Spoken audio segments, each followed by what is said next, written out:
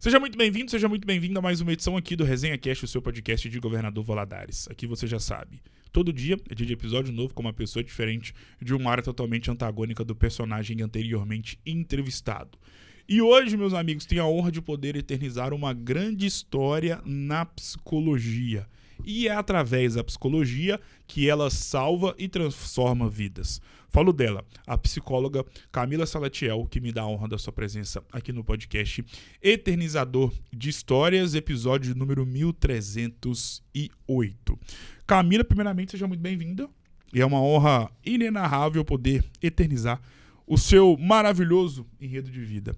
Seja muito bem-vinda. Bom dia, boa tarde ou boa noite. Depende do horário que vai estar nos acompanhando. Seja muito bem-vinda. Obrigado, Gustavo. Para mim é um prazer enorme estar aqui, né? Poder falar um pouquinho da minha trajetória, da minha profissão, é uma honra. Eu que agradeço. E que eu agradeço mais uma vez por ter me concedido a honra de ter você aqui. E Camila, antes de a gente poder entrar nos pormenores naquilo que você faz, você tem muita propriedade para poder discorrer acerca da primeira indagação que eu faço para todo e toda pessoa que vem até aqui. Como está a Camila Salatiel mentalmente falando neste ano de 2025? O ano de 2025, eu costumo dizer que ele foi um ano generoso comigo, né? Tem sido um ano de muito trabalho, um ano de muitas experiências positivas. Então, esse ano de 2025, eu acredito que foi o avanço mesmo, né, da minha profissão. Legal. Em todos os sentidos da minha vida, não só profissional, como, né, também pessoal. E claro que um pouquinho cansada, mas eu estou bem. Que legal, muito bom ouvir isso. E pensando no seu trabalho, pensando naquilo que você é, tu sabe mais do que ninguém que o assunto saúde mental, e aí é um leigo falando, e você com a sua propriedade, por ser uma profissional da área, pode discordar ou concordar. Mas a minha visão de leigo, o assunto saúde mental ganhou um corpo na sociedade muito por conta de tudo aquilo que nós vivemos em 2020 e 2021, que foi o cenário, né, da pandemia. E é interessante pensar que há 30, 40 anos, ou até menos, 20, 10, 15, falar de saúde mental era algo muito distante, no sentido de exposição mesmo acerca desse tema. Eu me recordo que eu, né, sou formado em jornalismo, então desde pequeno sempre acompanhei muito e consumia muita informação através dos veículos de comunicação. E eu não me recordo de ver nos jornais de TV, ou nos jornais impressos, ou nas rádios, eu ouvia muito rádio, o assunto saúde mental ser debatido. Parece que teve que vir um grande mal que foi para a sociedade para fazer com que esse assunto, esse tema pudesse vir à tona para todo o mundo. Feito esse pequeno preâmbulo, qual foi o grande legado que a pandemia deixou na sua história de vida? A pandemia, eu costumo dizer, né, que não só na vida profissional, mas no pessoal também, né, deixou um legado enorme, né? Eu mesma fui vítima, né, do Covid 3 vezes, e no Covid, no período ali da pandemia, era o período em que eu ainda estava na faculdade, então eu tive que enfrentar desafios com as aulas online, né? Então, eu acredito que o pós-pandemia trouxe na sociedade hoje uma visão muito mais ampla sobre saúde mental.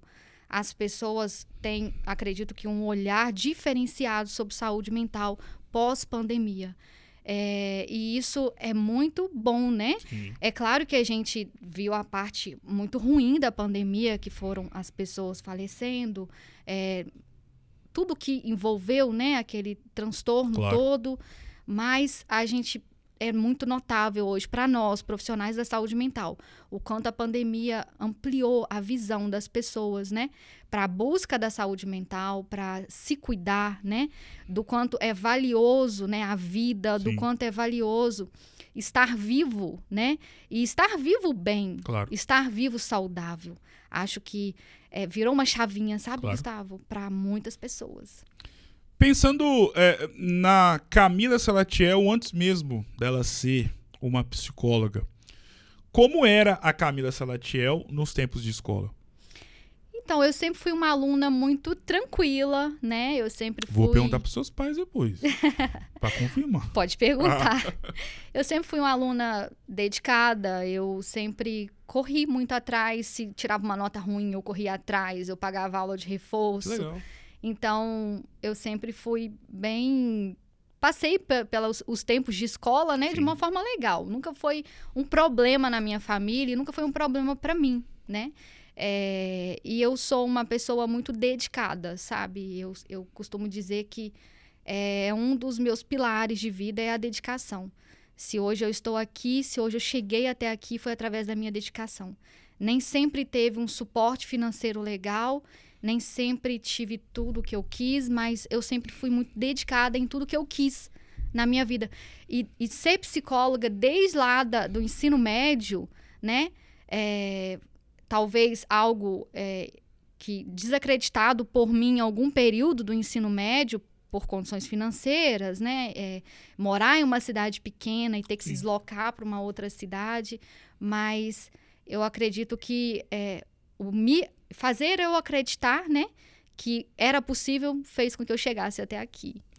E o tempo de escola é muito nostálgico pelo fato de que é um dos poucos períodos da nossa vida, ou das nossas vidas, melhor dizendo, que jamais voltará. Sim.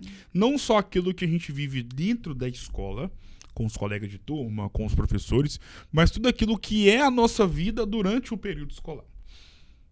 Feito essa pequena introdução, qual é, a grande lembrança que você tem dos tempos de escola? Aquele tipo de lembrança que, quando você passa em frente à escola que você estudou, independentemente do dia, do horário, do que você possa estar vivendo na sua vida, vem na sua cabeça na hora.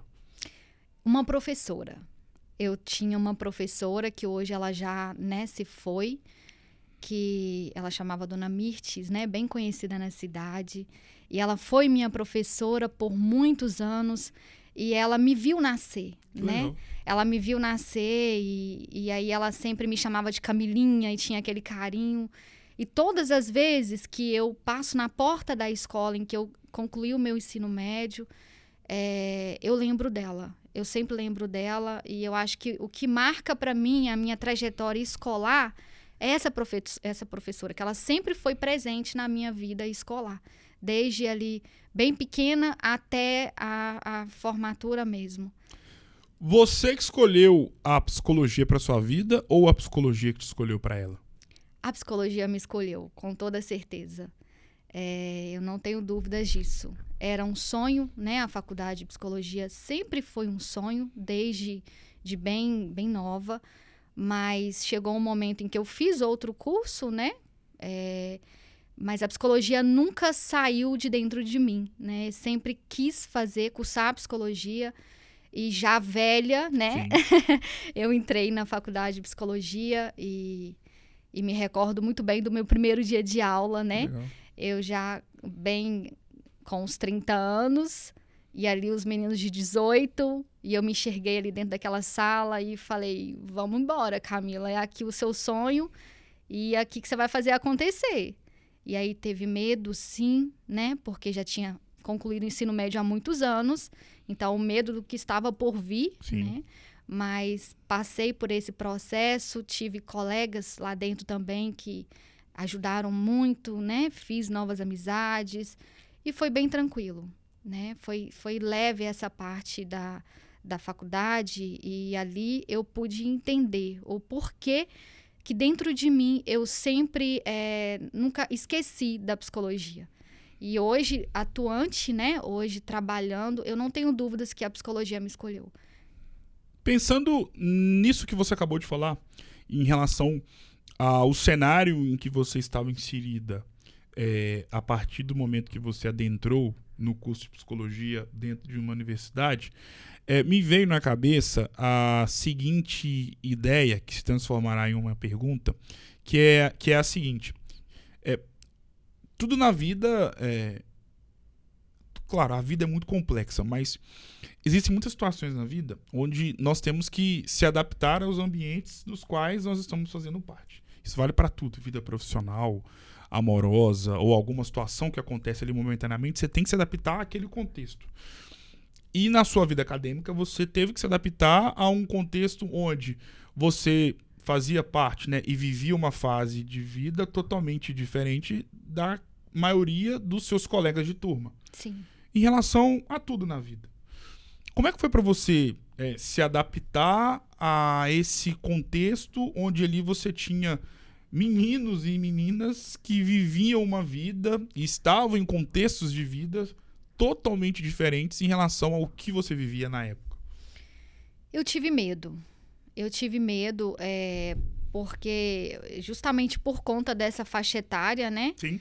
Mas eu sou muito comunicativa, né? Eu gosto de socializar, eu faço amizades, tenho facilidade para fazer amizades. Legal. Então, eu fui fazendo amizade com os meninos mais novos. e deu certo, né? A gente parece que até formou um grupinho.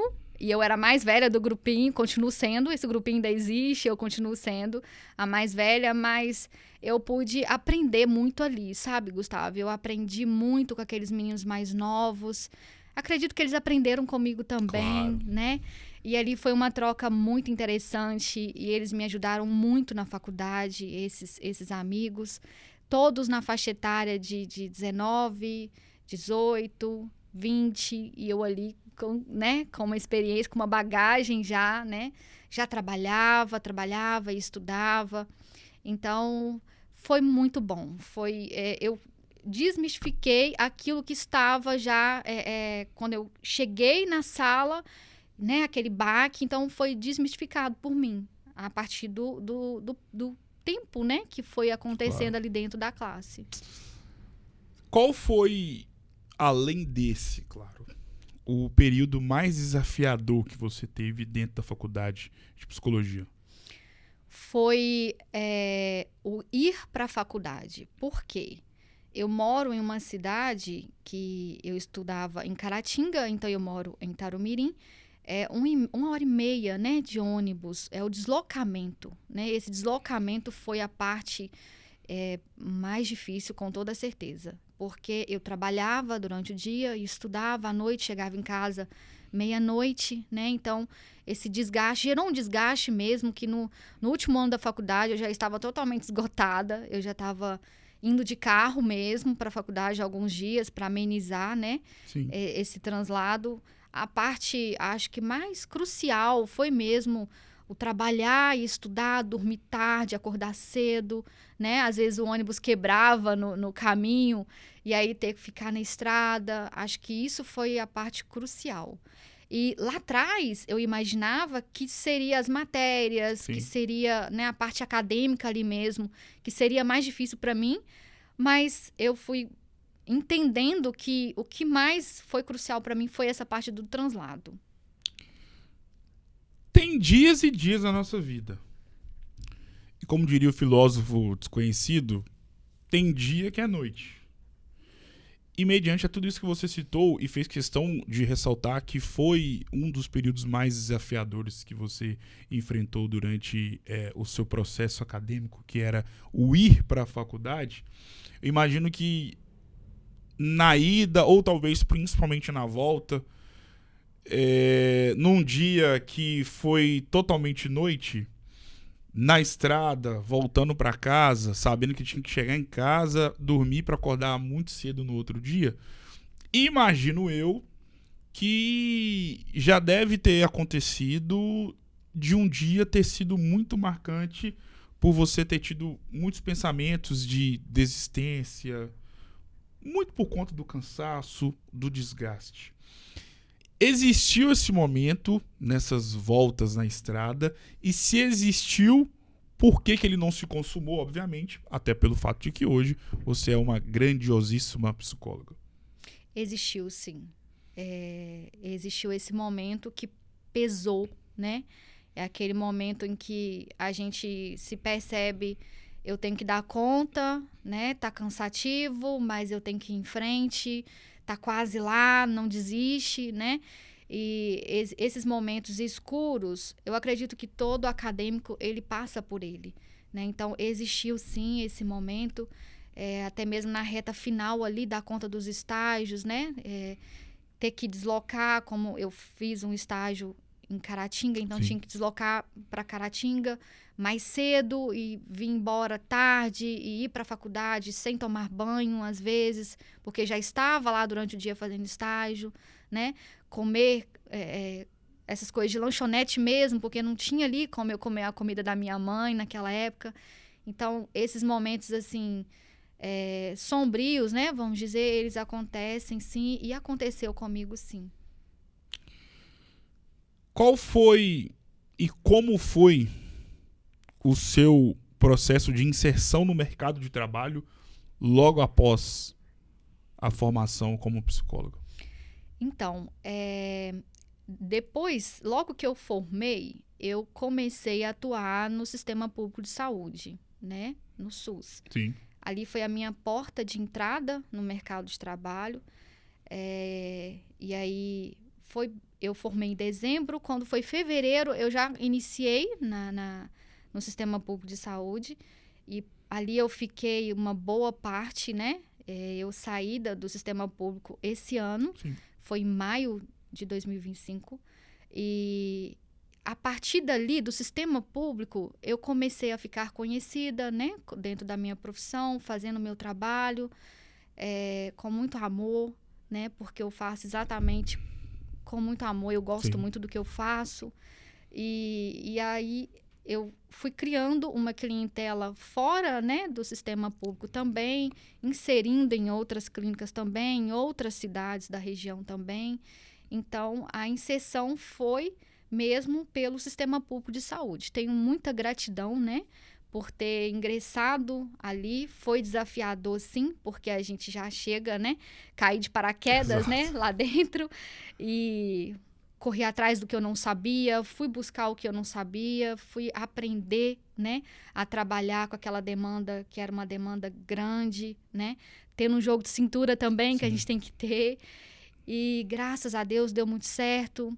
Saí de lá feliz, né? Saí de lá com uma clientela já formada, cá no mercado. E eu tenho só o que agradecer, né? Tanto ali a oportunidade que me foi me dada de início, quanto ao processo que eu estive ali, né? Sim.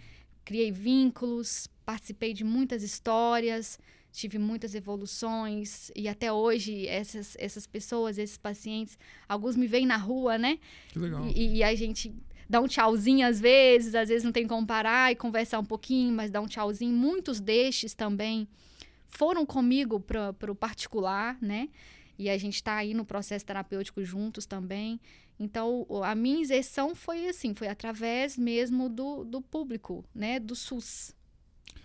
Se eu for em algum dicionário, seja no livro mesmo ou na internet principalmente, eu vou achar uma definição ou definições acerca da palavra psicologia. Mas para Camila Salatiel, o que significa a palavra psicologia?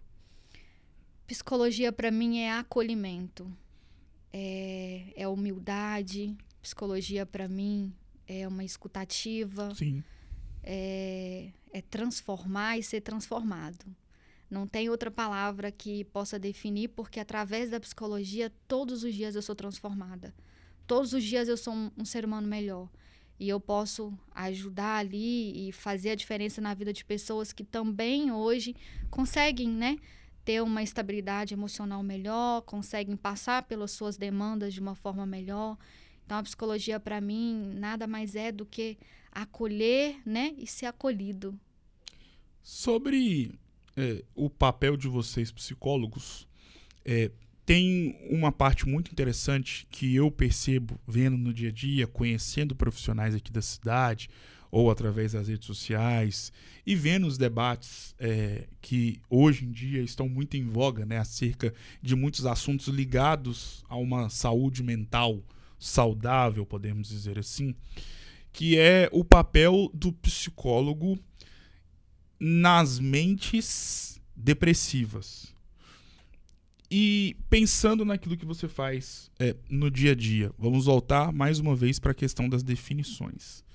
O que significa para você a palavra depressão? A depressão, a gente muito ouve falar sobre a depressão, né? Se você for em todos os canais de comunicação, a gente vai ver muitos conceitos e tudo mais. E que bom que falam, né? Claro. Sobre isso. A depressão, ela é de fato uma doença, né? Que ela hoje é acometida por uma boa parte da população. E ela tem, são múltiplos fatores, né? Que levam o indivíduo a entrar em um quadro depressivo. E é algo que, de fato, adoece a pessoa, né? Mentalmente, fisicamente.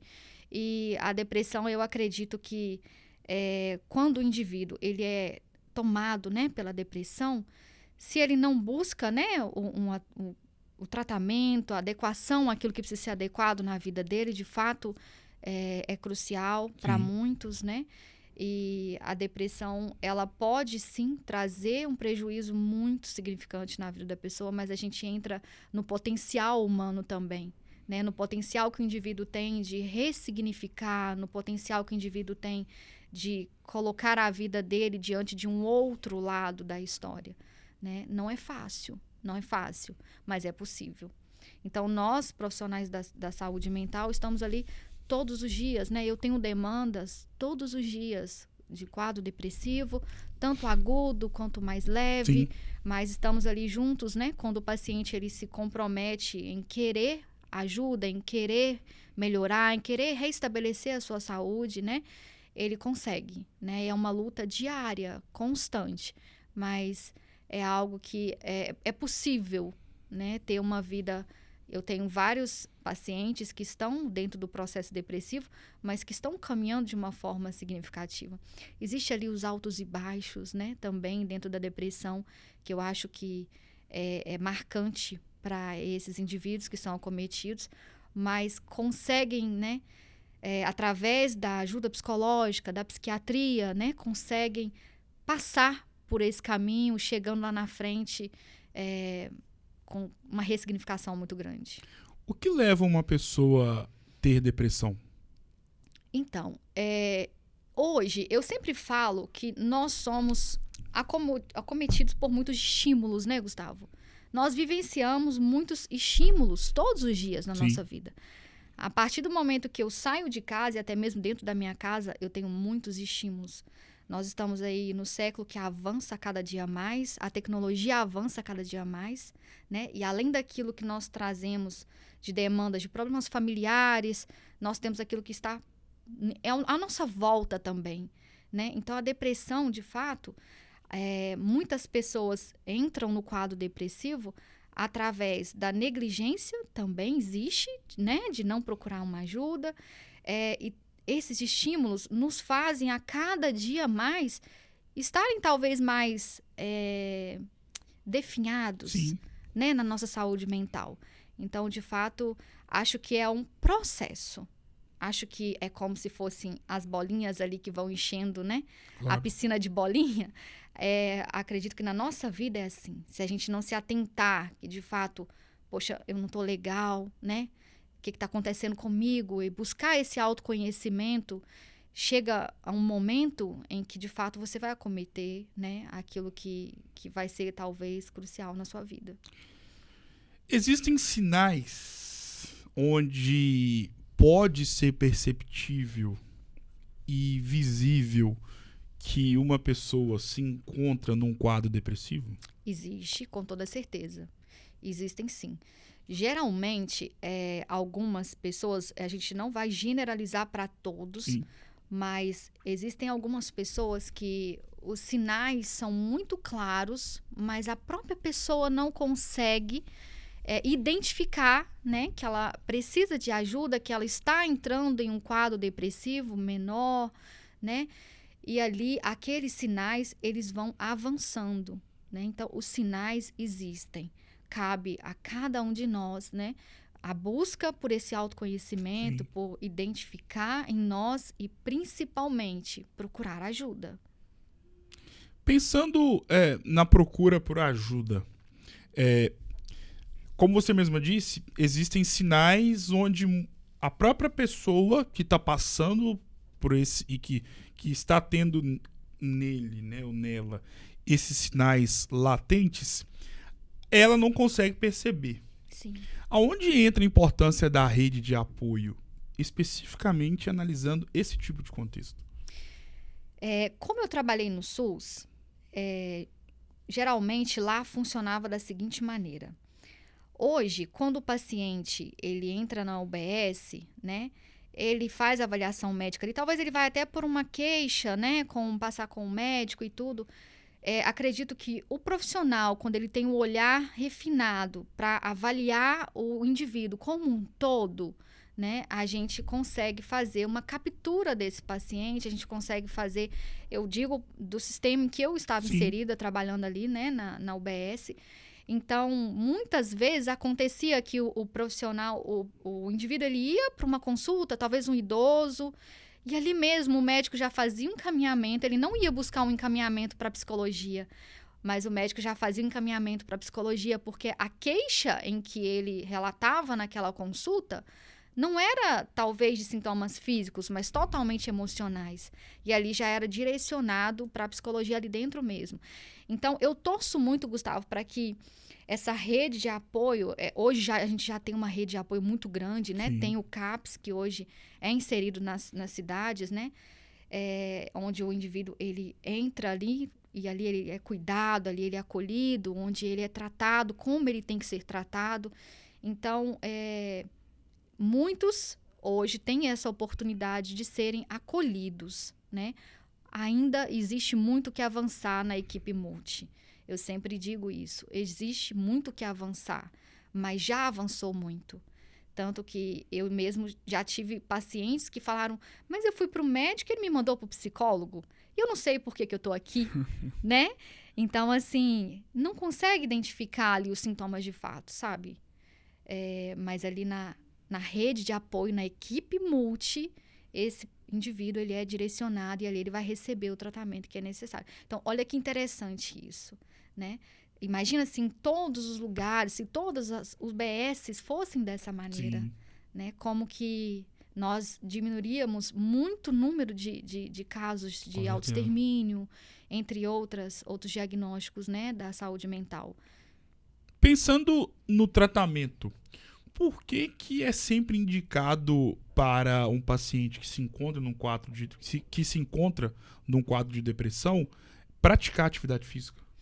Porque através da atividade física, a gente tem não só a parte ali do funcionamento orgânico, né? Que ele vai movimentar e vai liberar os hormônios que são necessários para o nosso bem-estar. Mas ele tem a socialização, ele tem o deslocar da casa, que muitas das vezes o paciente depressivo, ele não consegue se deslocar facilmente da casa dele, Sim. nem mesmo para ir ao mercado, nem mesmo para fazer coisas pequenas do dia a dia. Então, a inserção da atividade física hoje na vida de um paciente com quadro depressivo, ela traz de volta o paciente para a sociedade. Ela traz de volta não só, a gente falando da atividade física em liberação de hormônios do prazer, né, do bem-estar, mas todo esse contexto de sociabilidade em que ele vai estar inserido. E isso é um ganho muito alto dentro do processo terapêutico, né, para esse indivíduo. Uma mente depressiva é uma mente ansiosa? Sim, também. Não digamos que não exatamente uma mente ansiosa, né, seja uma mente depressiva. Sim.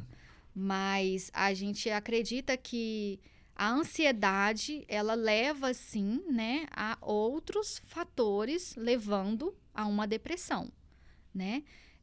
A gente tem pacientes, sim, que através da ansiedade, que não foi cuidada, né? Uma ansiedade que a gente está falando aqui é aquela mais aguda, Sim. né? Aquela em que o indivíduo ele vivencia crises mesmo de ansiedade, totalmente disfuncionais, sendo, muitas das vezes, ser preciso levar para o hospital para fazer ali a medicação, o estabilizador de humor, né? Mas, e aí, quando isso não é cuidado, tende sim a piora, né, do quadro da saúde mental, pode levar, sim, a uma depressão. Qual que é a diferença da ansiedade para a depressão? A ansiedade é um estado emocional, né, em que o indivíduo vivencia ali muitas das vezes no dia a dia. Depressão, ela já é uma condição humana muito mais aguda, né, de sofrimento psíquico, de dor, né, talvez de algo que o paciente foi acometido e ele não conseguiu, né, passar por aquilo ali de uma forma Sim. saudável. A ansiedade, ela já é uma coisa que é mais, vamos dizer, do dia a dia, né? Em que muitos têm ali aqueles sintomas físicos, comportamentais, né? Cognitivos, mas que o paciente consegue ter uma vida em sociedade, trabalhar, ter os seus afazeres normais. A depressão já é muito mais agudo. Pensando no autoextermínio, gostaria de saber de você a respeito de: o autoextermínio é a ação mais aguda e o ápice que uma mente depressiva pode fazer com uma vida? Sim. O autoextermínio, ele é ali o ápice, sim. É o estado em que o paciente ele já não consegue ver um sentido mais da vida, né? Muitas das vezes, essa dor é maior, né? O sentido da vida ele é apagado e a dor prevalece. E quando essa dor prevalece sem sentido da vida, aí chega um momento do autoextermínio, que é ali o ápice, né? Talvez não de uma depressão, mas muitos não quer dizer que levou ao autoextermínio porque tem uma depressão, mas alguns, né, vivenciaram alguns problemas naquele momento e naquele sentido ali que não conseguiu assimilar dentro, Sim. né, chegaram ali ao ápice. Luto materno. E falando sobre isso, eu já ouvi uma frase, e isso eu acho que muita gente já ouviu, a respeito de que a pior dor que existe é a dor de um pai ou de uma mãe que perde um filho. Para a psicologia, essa afirmação de fato faz sentido. E como lidar com uma mãe que acabaram de perder um filho? O luto materno é uma dor que não passa, né? A mãe, quando ela perde ali, né? Quando tem esse rompimento de vínculo, né? Com aquele feto, ou até mesmo com uma criança que já está ali com meses, ou anos, ou até adulto. É uma dor que eu ainda não sou mãe, né? Mas eu acredito que é uma dor que não passa. Mas essa mãe, ela vai aprender, né, a viver a vida pós a perca, né, daquele filho, de uma maneira mais leve, vamos dizer assim. Mas acredito que essa dor, ela não passa. Você aprende a lidar com essa dor. Você ressignifica aquele sentido de vida com a perca do filho. E pensando ao contrário, até porque eu vivo isso já há 5 anos, psicologicamente falando, qual é o impacto na mente de um filho ou de uma filha que perde uma mãe ou um pai? É um impacto grandioso, né? O filho que ele perde, né, tem um rompimento ali com a mãe ou com o pai, é um vínculo também que foi cortado, é uma dor que vai ser também, né, ressignificada ao longo do prazo. Sim. Né? O filho ele vai aprendendo a viver sem aquele membro que era tudo, né, na vida daquela pessoa, muitas das vezes. Então, esse aprendizado, ele é constante, né? Essas memórias boas, né, que teve ao longo da vida com o pai, com a mãe, acredito que elas precisam ser trazidas à tona para deixar mais leve, para deixar fluir melhor. E esse processo, ele vai acontecendo, mas essa dor também da perca, né, da mãe ou do Sim. pai, acredito que não passa também, mas ela é ali trazida de uma forma diferente ao longo prazo. Você encara a vida de uma nova maneira, né? Existe vida pós-luto, existe vida pós-perca, mas é uma vida que precisa ser ressignificada. É uma vida que precisa de busca todos os dias, muitas das vezes até mesmo por ajuda profissional. Algumas pessoas não Sim. conseguem sozinhas, né? Mas essa vida, ela vai continuar, né? As pessoas que se foram, cumpriram o papel delas nesse mundo, ficaram aqui, né? Hoje você mesmo trouxe o exemplo, ficaram aqui pessoas que perderam, né, aquilo que mais amava, mas existe essa vida e ela vai continuar de uma forma leve se o próprio indivíduo entender que ele também tem uma vida a ser vivida. Como foi para você e o que representou para sua história de vida ser uma psicóloga trabalhando e, consequentemente, inserida na saúde pública? Olha, hoje eu posso afirmar com toda certeza que eu precisava estar lá. Eu precisava estar na saúde pública, atuar na saúde pública. Eu acredito que se eu hoje fosse direto para o mercado de trabalho antes, né, anteriormente, sem estar na saúde pública, eu não seria a profissional que eu sou hoje. Porque lá dentro eu pude ser muito mais empática do que eu já sou. Lá dentro eu pude aprender, de fato, como lidar com o ser humano. Lá dentro eu tive demandas de todos os estilos possíveis, né? Tanto no infantil quanto no adulto. Tiveram casos que me marcaram, tiveram pessoas que passaram ali que me marcaram. Então, eu costumo dizer que esse aprendizado lá dentro, ele me trouxe aqui fora de uma forma muito melhor. Hoje eu sou uma psicóloga extremamente grata por ter estado no sistema público de saúde. Eu cumpri o meu papel lá dentro com muito amor, tanto lá com os pacientes quanto com os colegas de trabalho, às vezes cansada, mais quieta, não ficava reclamando, né? Mas eu acredito que hoje que foi muito necessário estar lá para eu estar aqui fora hoje.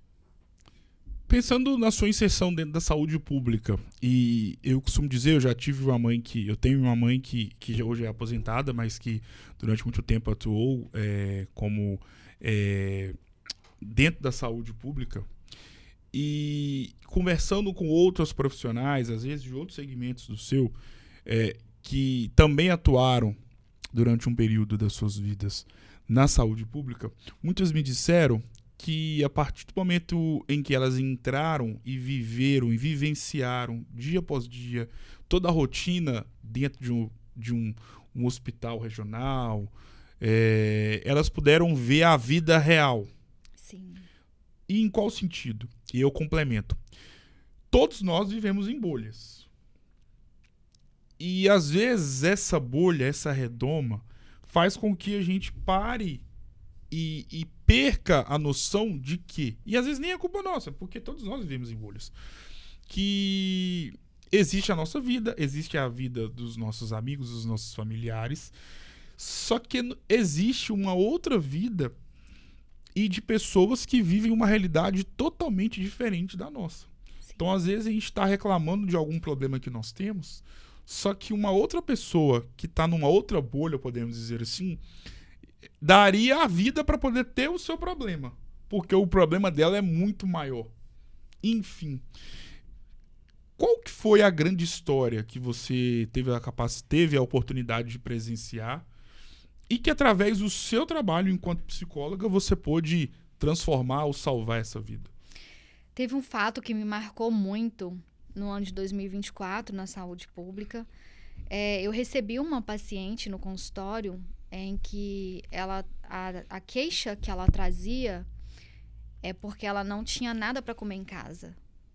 Então, a ansiedade que estava gerando nela de não ter o que comer em casa levou ela para a psicologia. Então, esse caso, ele me marcou muito, Imagino. porque é uma realidade, né, em que a gente pensa que está muito distante, né, de nós, em que a gente olha e fala, poxa, mas quem não vai ter talvez o que comer o mínimo em casa, né? Até porque hoje a cidade é uma cidade pequena, tá no Sim. Mirim, e tem muitos do exterior, né, que ajudam financeiramente as famílias lá dentro da cidade. E aí ela falou pra mim, eu não tenho mesmo o que comer dentro de casa. E isso tá me gerando uma ansiedade muito grande, porque os meus filhos precisam comer. Era uma pessoa totalmente, né, ali acanhada, uma pessoa humilde, não sabia pedir ajuda. E a ansiedade que ela estava, tendo crises mesmo de ansiedade, né, totalmente disfuncional com o corpo, com a mente. Então, eu fiquei muito pensativa sobre esse caso e eu aprendi pra caramba com tudo isso. O que levou ela pra psicologia foi não ter o que comer. Olha a vulnerabilidade, Sim. né? E aí eu comecei, é claro que eu não ia deixar ela sem o que comer em casa, né? Nesse dia, eu mesma fiz uma cesta e pedi para entregar na casa dela. Ela não sabe quem entregou essa cesta na casa dela, né? Mas ela teve o que comer naquele dia. Eu tenho certeza que ela se sentiu muito melhor Sim. naquele dia. E aí a gente começou a fazer o processo terapêutico. Claro, como uma rede, né? Ela foi encaminhada para onde ela deveria ser, para ela poder ter ali o sustento, né? Ter uma condição, ter uma ajuda financeira. Ela foi encaminhada, né? A gente trabalha em rede. Então, o fato que mais me marcou até hoje foi esse fato, sim. Entrando na vida real, no seguinte aspecto, em situações que estão em voga na sociedade, e os veículos de comunicação servem para poder mostrar, principalmente a internet, as redes sociais, inúmeras ações que estão ocorrendo, principalmente com vocês, mulheres. E aí eu vou entrar nos relacionamentos abusivos. E os relacionamentos abusivos, que as pessoas utilizam também, né? Relacionamento tóxico, destroem vidas. Como lidar com a mente de uma mulher que passou, ou às vezes está passando por um relacionamento abusivo? É muito difícil. Geralmente, muitas dessas mulheres, elas não conseguem enxergar que estão dentro de um relacionamento abusivo. Então, quando elas começam a trazer as queixas, né? Que é claro, é nítido para nós profissionais que seria um relacionamento abusivo, e a gente começa a identificar e trabalhar junto com a paciente que aquilo ali está acontecendo. Muitas têm um sofrimento muito grande, porque é onde, muitas das vezes, ela tem um apego, né? Ela tem a questão da dependência emocional. Isso dificulta muito o processo, dificulta muito para que ela enxergue que aquilo ali está sendo prejudicial, está sendo abusivo. Então, é uma situação muito delicada a ser trabalhada hoje dentro do consultório. É a demanda em que a mulher ela está sendo vivenciada dentro de um relacionamento tóxico, mas muitas das vezes ela não consegue ter esse discernimento, né? E algumas não aceitam ter esse discernimento. Existem algumas que negam, até por conta da dependência emocional, né? Negam e colocam ali elas como vítimas, né? E aquele papel é totalmente invertido e é triste demais ver tudo isso, Claro. mas é real, é muito real.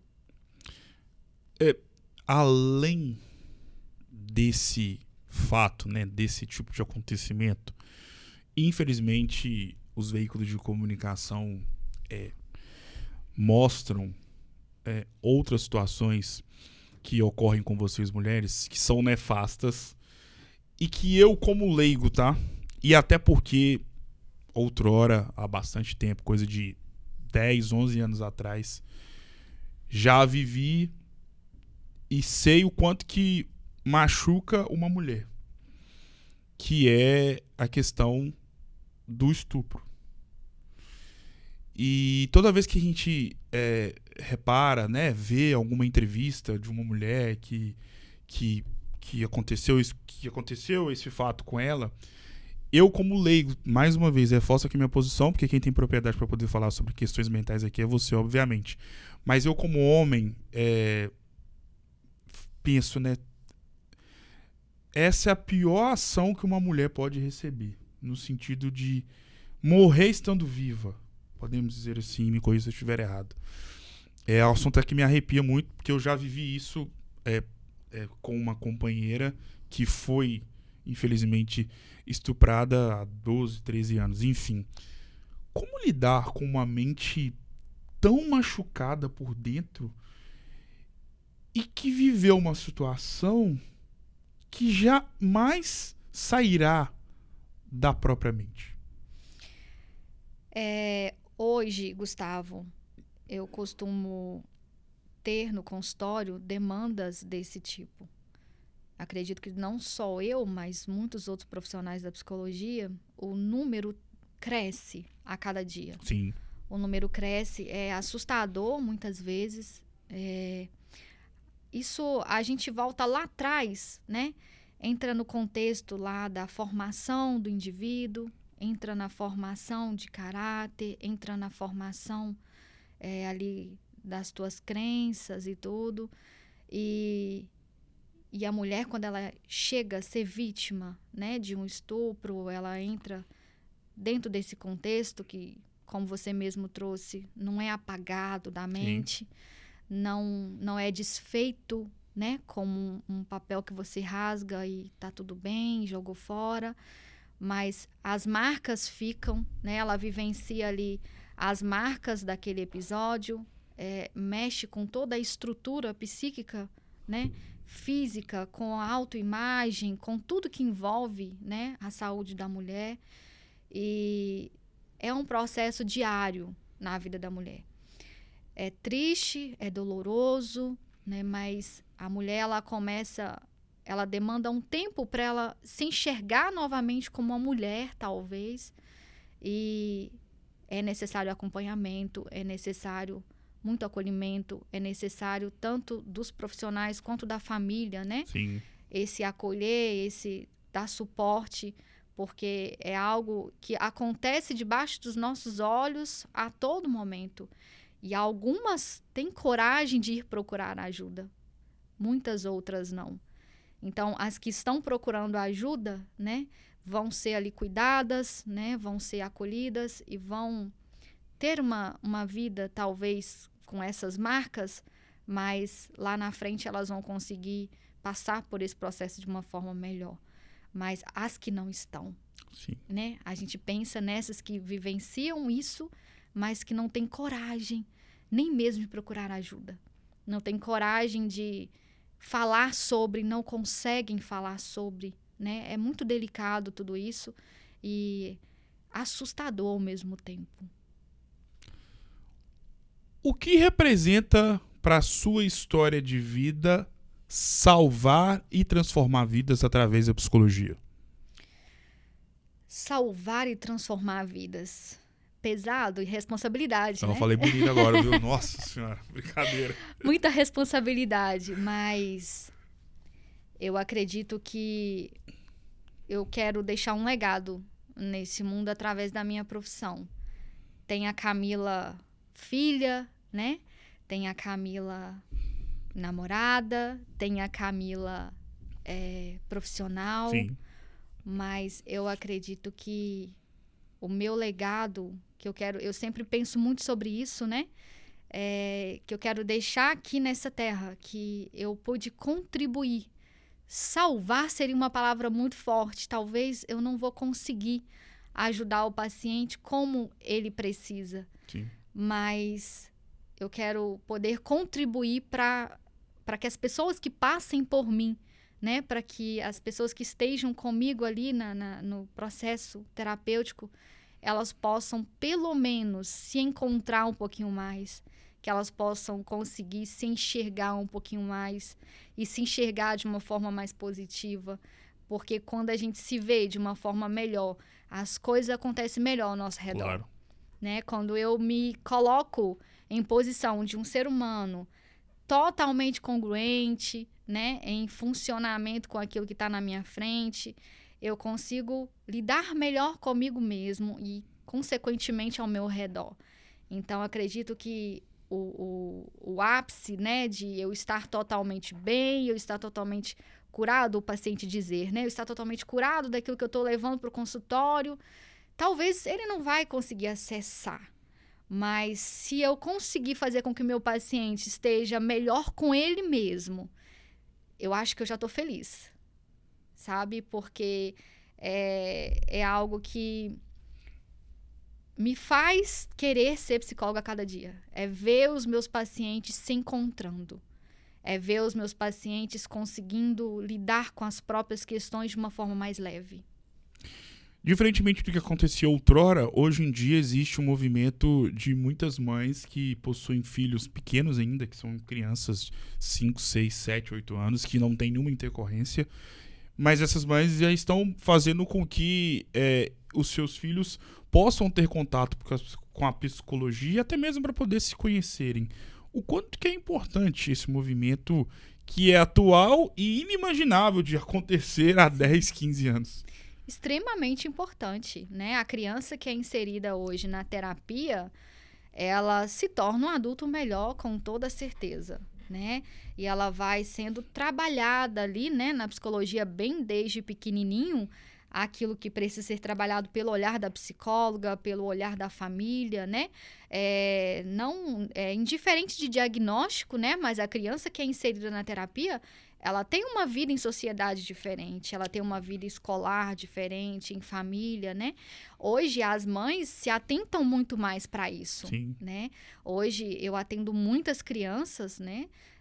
Tanto na minha cidade quanto na região, e isso só aumenta, porque muitas das vezes a mãe chega com a criança e não tem uma queixa específica, não tem ali uma demanda específica, mas ela fala, eu quero que meu filho faça terapia. Eu quero que ele tenha o que eu não tive. Tá muito difícil lá fora, Camila. Eu quero ele aqui dentro. Sim. Então, assim, isso é muito bom, né? Eu torço para que isso aumente, né? Para que as mães, para que os pais se atentem, né? Em colocar a terapia ali na rotina da criança. Todos nós devemos ter, de fato. E isso faz com que essa criança ela tenha um desenvolvimento, né? Tanto com ela mesma, quanto familiar, em sociedade, né? Na escola, de uma forma excelente. O que a Camila Salatiel de 2015 falaria para a Camila Salatiel de 2025? Poxa vida, muita coisa. Muita coisa mudou, né? De 2015 para 2025. 2015 foi um período crucial na minha vida, porque eu estava com a minha mãe, né? Já tinha voltado dos Estados Unidos. E aí eu estava ali em adaptação com ela, né? Naquele processo todo. Então, eu amadureci muito nesse tempo, né? Eu fiz escolhas assertivas, eu cresci muito. Muita coisa mudou. E o que a Camila Salatiel de 2035 quer falar para a Camila Salatiel de 2025?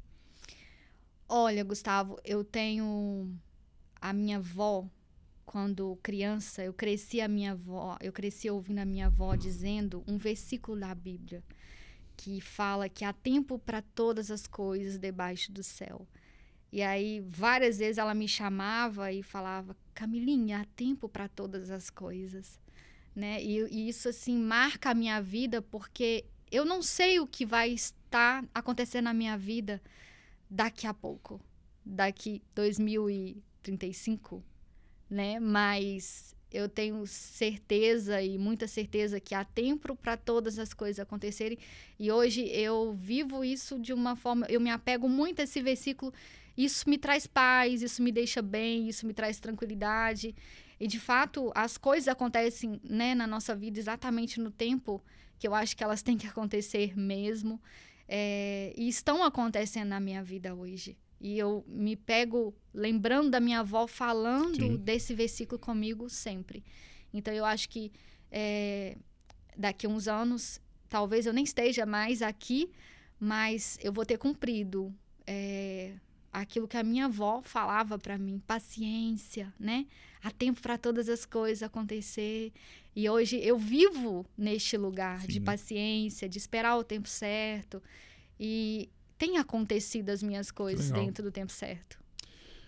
Pensando naquilo que você é e na profissão que você exerce, hoje em dia, muitas pessoas sabem muito mais coisas sobre a psicologia e o poder que ela tem do que as pessoas de 30, 40 anos atrás.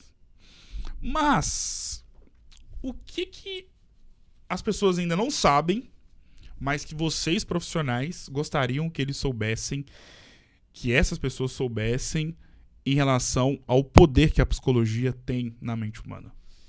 Gente, faça terapia.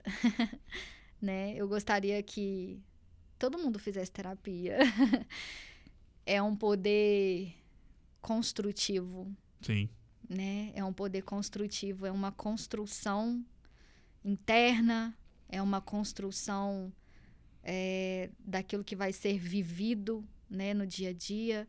Então, o poder da terapia está em construir a nossa vida, no sentido de se conhecer, no sentido de poder analisar muito melhor aquilo que a gente faz no dia a dia, analisar as falas, as ações.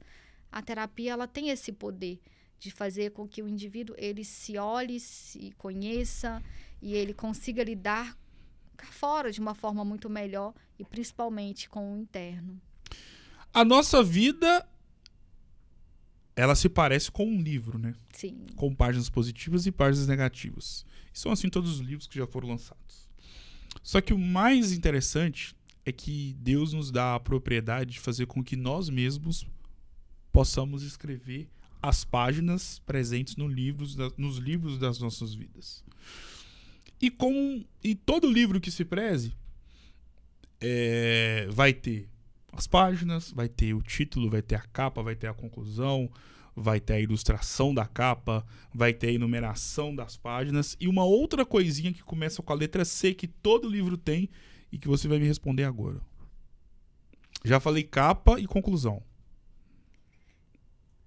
Como que é? Faz de novo a pergunta, eu não entendi. Todo livro tem uma coisinha que começa com a letra C, um tópico que começa com a letra C. Uhum. Que não é capa e nem conclusão, porque eu já falei isso. Não é capa e nem conclusão? Todo livro tem.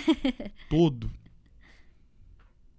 Não é capa e não é conclusão. O capítulo? Ah, acertou. E pensando nos capítulos, nós, enquanto seres humanos, temos inúmeros capítulos. Sim.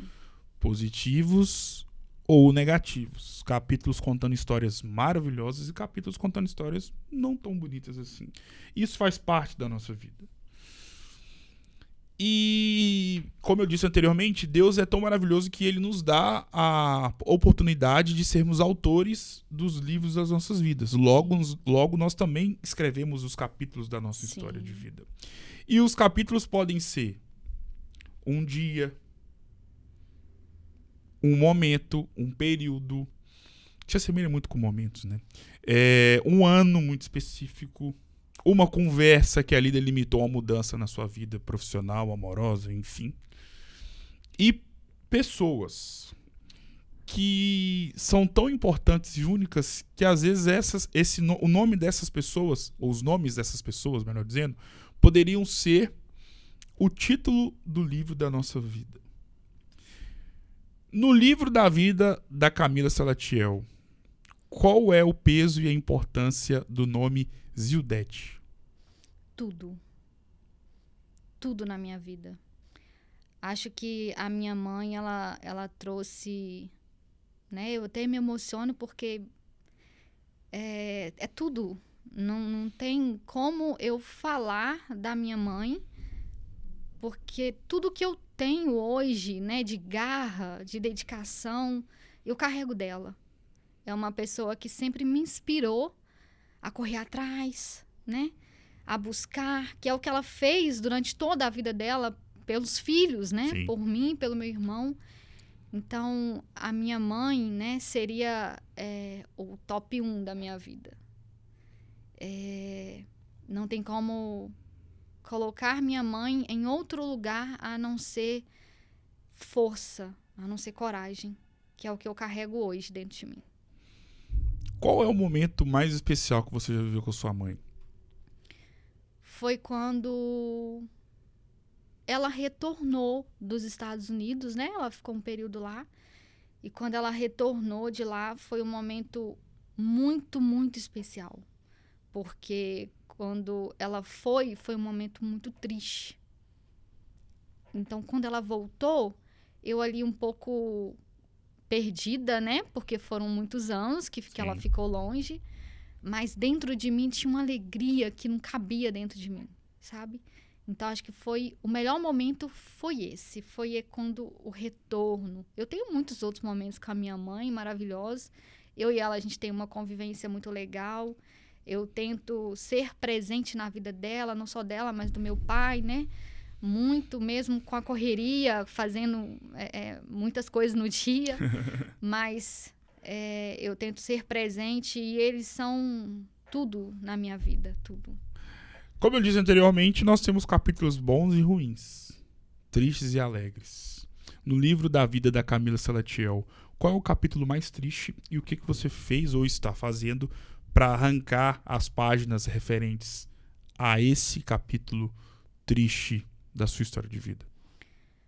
O capítulo mais triste foi quando eu perdi os meus avós, né? Tanto essa avó que eu citei aqui, que sempre dizia esse versículo para mim, e o meu vô também, materno. Acho que foi o capítulo mais triste. Eu sempre fui uma pessoa muito apegada à minha família, eu sempre fui muito família, e ali foi muito delicado. Eu ainda mais nova, mas foi um processo, eu fiquei muito abalada, né, às vezes não falando muito, né, mais quieta, caladinha, mas aquilo ali marcou muito a minha vida hoje, né, já muito melhor, mas foi o capítulo mais difícil, vamos dizer. Tirando também, né, eu quero citar, quando a minha mãe foi para os Estados Unidos, foi um capítulo doloroso. Esse foi um capítulo de dor, né? Porque eu fiquei ali, me senti uma adolescente, ainda adolescente, né?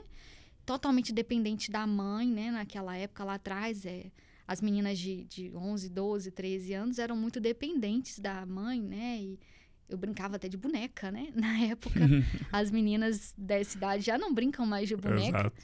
Então, ainda muito infantilizada, ainda muito dependente da mãe. Então, foi um período também bem doloroso, bem complicado. Você tem uma parte na sua vida e que faz relação com tudo aquilo que você vive hoje. Porque, como você disse no início do nosso bate-papo, você trabalhava, chegava em casa, pegava o ônibus, estudava, pegava esse mesmo ônibus para poder retornar para casa e no outro dia repetia essa mesma ação. Isso perdurou na sua história de vida durante anos. Foi. E como você disse antes da gente poder começar esse bate-papo, você vivia com R$70, porque parte do seu orçamento financeiro mensal era todo para poder pagar a faculdade. Sim. Logo, foi um momento muito desafiador para sua história de vida e que você, imagino eu, deve ter aprendido muito. Quando eu acabei de falar tudo isso que você passou, qual é o filme que passa na sua cabeça mediante a tudo que você vive em pleno 2025? Poxa, eu acho que isso retorna, né, muitas vezes, e isso me faz um ser humano muito melhor todos os dias. De fato, muitos desafios vieram no início da faculdade, né? Depois, a longo prazo, foi ficando mais tranquilo, mas no início foi bem delicado para mim. E eu acho que o filme que passa na minha cabeça é mesmo de resiliência, é mesmo de encarar, de saber que... Hoje eu me orgulho de saber que eu consegui passar por tudo isso, eu cheguei até o final E estar onde eu estou hoje faz com que eu acredite muito mais em mim. Então, eu acreditei, em meio aos desafios eu acreditei, e esse filme, ele passa e ele me faz ser melhor a cada dia. Ele me faz acreditar no que eu tenho daqui para frente ainda, né? Sim. Para conquistar, para vivenciar dentro da minha profissão. Isso me faz acreditar, isso me impulsiona muito, né? Impulsiona muito para aquilo que eu quero. Eu não desisti, eu não sou uma pessoa de desistir tão fácil das minhas coisas, né? Eu tenho muita garra nas coisas que tá ali para eu fazer, aquilo que tá proposto para eu fazer. Dificilmente eu vou desistir de algo. Sim. Né? Porque acho que lá atrás, como eu trouxe da minha mãe essa garra, né? Lá atrás eu acreditei, então hoje eu fico muito feliz comigo mesmo de esse filme passar na minha cabeça, mas eu não ter desistido. Muitas pessoas podem estar vivendo o que você viveu outrora, agora. Qual é a dica ou conselho que você pode dar para quem hoje vai voltar da faculdade para a cidade próxima, pensando em desistir, chorando, rezando, com o coração aflito? O que você pode falar para quem, porventura, está vivendo essa situação e viverá essa situação daqui a pouco, à noite, voltando para casa? Não desista, de forma alguma. Os meninos que moram, né, na cidade pequena como eu, que fazem a faculdade, eu sei que o quão difícil é, porque eu já passei por isso. Às vezes eu até passo perto, né, quando eles estão ali no ponto esperando o ônibus, e o filme volta na cabeça. Mas o que eu quero deixar é: não desista de forma alguma, sabe? Porque lá na frente você colhe os frutos. Hoje eu estou colhendo esses frutos e ainda bem que eu não desisti. Claro. Agora o jogo das palavras. Vou citar nomes ou palavras e você vai defini-los ou defini-las com uma palavra. Ok. Podemos ir? Sim. Vida. Pai e mãe. Deus. Meu guia. Família. Meu suporte. Amor. Eu preciso. Tarumiri. Tudo, eu amo Tarumiri. Caratinga. Experiências. Governador Valadares. Calor. Psicologia. Minha vida. Agora, eu gostaria que você me falasse o que você acha subestimado na psicologia. Pode ser algo entre vocês profissionais ou em relação ao que a sociedade pensa acerca da figura dos psicólogos. Subestimado, eu acredito que hoje a internet tenha um papelzinho aí no meio disso tudo. Acho que alguns profissionais, muitos, né, usam mesmo a psicologia, a gente não vai generalizar aqui, mas eu observo muito dentro, né, dessa área. Sim. Usam mesmo como uma autopromoção, né, um marketing ali bem bonito e tudo. Mas eu acho que vai muito além disso, sabe? Acho que, na realidade, é outro caminho. Claro, a internet não é algo ruim de forma alguma, né? Eu tenho muita demanda que veio da internet. Sim. Mas eu acho que a internet na vida dos psicólogos hoje talvez esteja um pouquinho, né, atrapalhando, esteja sendo um ponto ali que está fugindo um pouco do que é psicologia, sabe? Está fugindo um pouquinho daquilo que de fato é a psicologia. Então, no caso, você respondeu a situação voltada para algo que é superestimado demais. Exatamente. Que as pessoas, os profissionais estão superestimando demais a questão da internet, das redes sociais para a profissão. O que você acha subestimado? Que as pessoas não valorizam, na sua visão, quanto que na sua cabeça deveria ser mais valorizado? Eu acredito que muitos fatores. Tem a questão mesmo do financeiro. Sim. Que hoje eu acho que é algo que precisa ser mais valorizado, sim, né? A gente está crescendo com relação a isso, em demandas e tudo, mas eu acho que ainda tem muito que melhorar no quesito financeiro, né, dos psicólogos, entre outros fatores que existem aí. Mas eu acho que o financeiro seria algo que poderia ser mais estimado. Defina a sua vida com uma palavra. Fortaleza. Defina a sua história de vida com uma frase. Se eu quero, eu consigo. Defina essa conversa com uma palavra ou com uma frase. Crescimento. Muitíssimo obrigado por ter me concedido a honra, né, de poder ter imortalizado a sua história de vida.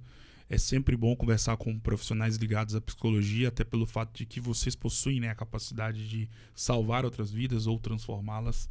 E essa característica, ela é muito importante e única, né, na profissão de vocês.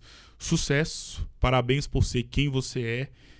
Obrigado pela confiança e claro que as portas estão abertas para você poder voltar mais vezes, que aí na próxima vez que você vier eu tenho certeza que vai chover em Governador Valadares e é sempre bom chover aqui. Obrigado mais uma vez. Eu que agradeço pela oportunidade, né? Foi muito legal estar aqui com você, poder contar um pouquinho mais sobre a minha história, né? Acredito que hoje estar aqui é um dos passos em que eu sonhei lá atrás. Uau, obrigado. Né? Então, mais uma vez, gratidão. Eu que agradeço, gratidão eterna pela confiança. E o episódio número 1308 do Resenha Cast vai ficando por aqui. Um grande abraço e claro que eu volto na próxima semana. Até mais.